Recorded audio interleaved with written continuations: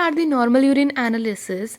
In previous two videos, we have done the physical characters and the chemical characters for the organic ones. Today we will be doing the inorganic ones. If you not have seen that videos, you can go in the description box and check out. Before starting the inorganic normal urine analysis, I will be giving you the overview of previous two videos. Let's start. Firstly, we had learned samples we do take, and for the physical characters, what's the color of urine and what's the odor of urine, the specific gravity, that was all under the physical. Then we came to the chemical, and in chemical we have done the organic constituents, which were urea, uric acid, creatinine. For urea we have two tests, specific urease test and sodium hydrobromide test.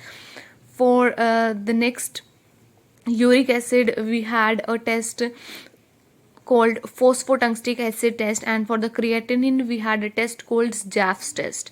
Today we will be doing the inorganic one, that are the sodium, calcium, phosphate, chloride. You can see in this chart there is the inorganic constituents. For today video we will be doing this part.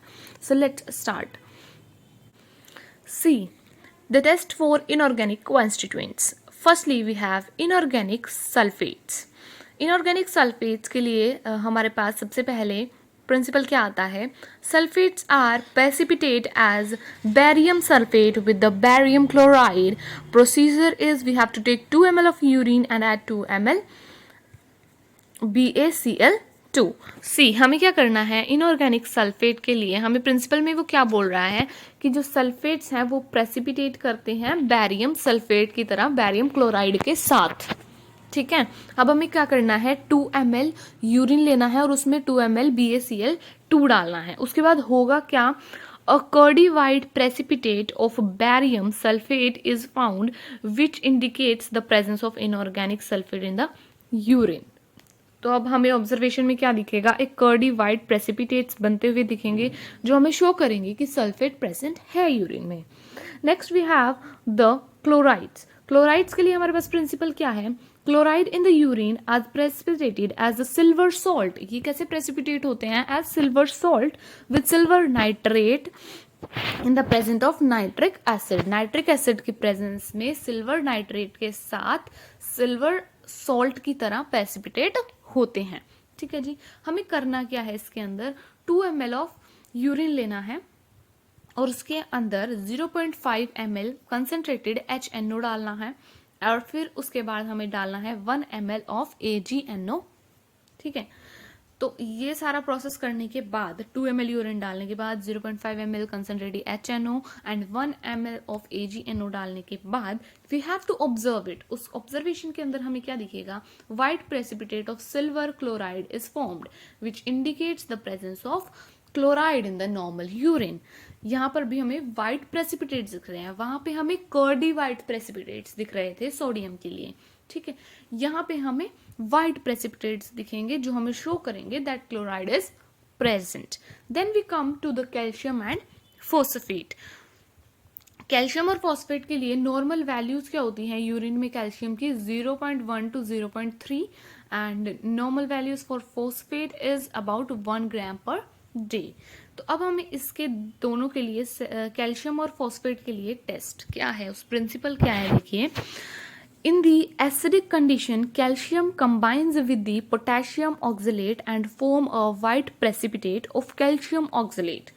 ठीक है, क्या acidic condition के अंदर जो calcium है वो combine करेगा potassium के साथ और पोटेशियम ऑक्सलेट के साथ और फॉर्म करेगा वाइट प्रेसिपिटेट्स.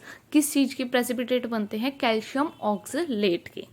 अब जो पोटेशियम है यूरिन के अंदर, जब हम उसे हीट करेंगे, upon heating with ammonium molybdate, ammonium molybdate के साथ जैसे ही हम पोटेशियम को हीट करेंगे, नाइट्रिक एसिड के प्रेजेंस में हमें क्या दिखेंगे, canary yellow precipitates of ammonium फॉस्फोमोलिबडेट.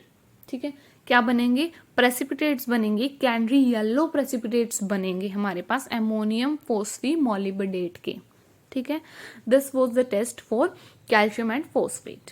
Now अब हमें इसके प्रोसेस के लिए करना क्या है वो हमें प्रिंसिपल में उसने बताया कि ऐसे प्रेसिपिटेट बनेंगे, एसिडिक कंडीशन में कैल्शियम कंबाइन करेगा पोटेशियम ऑक्सलेट के साथ और वाइट पीपीडीज बनाएगा। फिर वो पोटेशियम जब हम अमोनियम मोलिब्डेट के साथ हीट करते हैं, ऑन हीटिंग वो हमें येलो प्रेसिपिटेट्स देता है। ठीक है, अब हमें करना क्या है, 10 ml ऑफ यूरिन लेना है और उसमें कुछ ड्रॉप ऑफ फिनोफ्थलीन डालने हैं। ठीक है, उसके बाद हमें फ्रेश अमोनिया सॉल्यूशन डालना है। जैसे जब तक एक पिंक कलर डेवलप नहीं होता तब तक हमें उसमें अमोनिया सॉल्यूशन डालना है। As this is alkaline pH, alkaline pH होता है इसका, तो हमें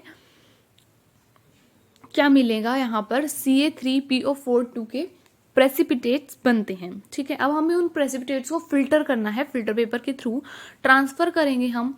transfer the filter paper and the funnel into a clean test tube and wash down the precipitate with 5 ml of boiling 2% acetic acid. अब जो वो प्रेसिपिटेट बन गए उसको हमने फिल्टर भी कर लिया। फिल्टर करने के बाद हमें उसको वॉश करना है 2% एसिटिक एसिड के साथ। The precipitate dissolve and is collected in the test tube. अब वो प्रेसिपिटेट डिजोल्व हो जाएंगे और उसको हम टेस्ट ट्यूब में कलेक्ट कर लेंगे।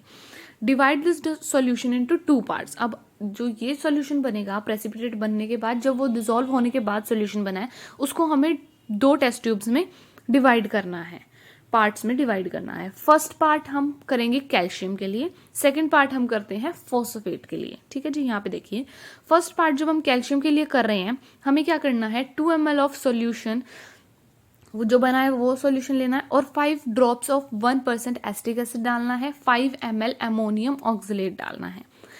इसके बाद हमें दिखेगा क्या, वाइट प्रेसिपिटेट्स बनेंगे कैल्शियम ऑक्सलेट के, जो हमें बताते हैं कि यूरिन के अंदर कैल्शियम प्रेजेंट था।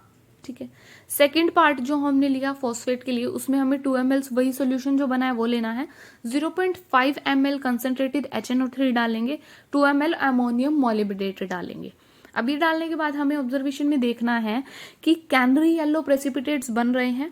अगर कैनरी येलो प्रेसिपिटेट्स अमोनियम फोस्फोमोलिब्डेट के बन रहे हैं, अमोनियम फोस्फोमोलिब्डेट के प्रेसिपिटेट बन रहे हैं कैनरी येलो कलर के, तो उससे हमें क्या पता चलता है, that the phosphate was present in your urine. So this was your inorganic constituent part. It was very small part and we have covered the organic ones in the previous videos, so you can go in description and check out that part. Thanks for watching the video. Subscribe to my channel and hit the like button for more videos. Thank you.